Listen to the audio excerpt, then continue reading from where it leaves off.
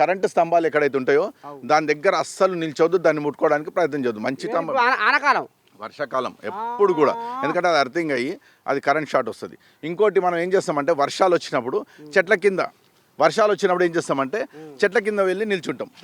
చెట్ల కింద నిల్చోవడం వల్ల పిడుగు అంటారు కదా, అది చెట్ల దగ్గరనే జరుగుతుంది, చాలా మందికి తెలియదు.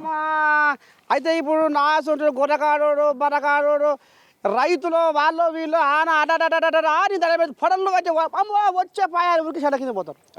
చెట్ల కిందనే ఉంటారు అన్నట్టు. మరి ఉంటుందంటవా? వర్షంలో తడిస్తే ఒకరోజు సర్ది అవుతుందేమో, పర్వాలేదు, 2 గోళీలతో పోతుంది.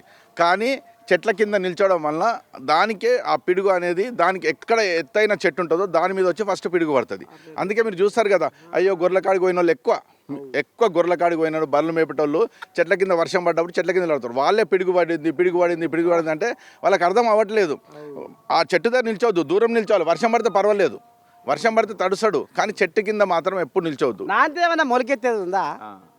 అంటే ఇప్పుడు ఈ తీర చేసుకొని నాంతమే అని ఆనల్ల నిలబడాలి, కానీ చెట్ల కింద పోవద్దు అంటావు. అసలు పోవద్దు, చెట్ల కింద పోవద్దు. ఇంటూ ఓ పబ్లిక్ నీ దండం పెడితే మరి ఎందుకంటే నిండియా మరి ఆనదేవుడు సురువైండు.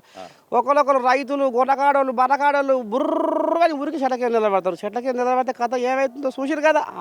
ఇంకోటి రోడ్ల మీద ఎన్నో నీళ్లు పారుతుంటాయి, రోడ్ల మీద నీళ్లు పారినప్పుడు అయితే అవి అన్ని డ్రైనేజ్లకు ఎక్కడెక్కడో పోతాయి. కొన్ని ఎక్కడన్నా ఇట్లా ఖాళీ స్థలం ఉన్నప్పుడు కొంచెం ఒక 10 నిమిషాలు మనం సమయం తీసుకొని అవిటిని ఆ చెట్ల వైపు ఎక్కడైనా మలిపితే ఆ చెట్లకు కూడా నిండా నీరు వస్తుంది. మనం రోడ్డు మీద పోతుంటే ఎన్నో కుంటలేక అది జమ అవుతుంటుంది. కొంచెం మనం ఒక 10 నిమిషాలు మనది కాదనుకుంటే అవి చెట్ల వైపు ఆ ఎత్తు పల్లాలో చూస్తుంది కదా, నీరు 10 నిమిషాలు నాది కాదనుకుంటా. జిహెచ్ఎంసీలు ఏం చేస్తుర్రు, జలమండలం ఏం చేస్తుర్రు, వాళ్ళు ఏం చేస్తుర్రు, వీళ్ళు ఏం చేస్తుర్రు అని రాగాలు తీస్తారు. ఇది అమ్మో వారి శుద్ధులు వేసిపోసే జనం ఈ కలియుగం ఈసారి లెక్క బుద్ధి అందరికి ఉంటే సమాజం ఎప్పుడో బాగుపడుతుంది. కానీ కడుపు సాలకుండా సార్ కాడికి వచ్చేందుకైతే మార్పు మన కాంచే మొదలు కావాలనేది మాత్రము మరి ఇప్పుడు అందరూ నేర్చుకోవాలి, తెలుసుకోవాలి.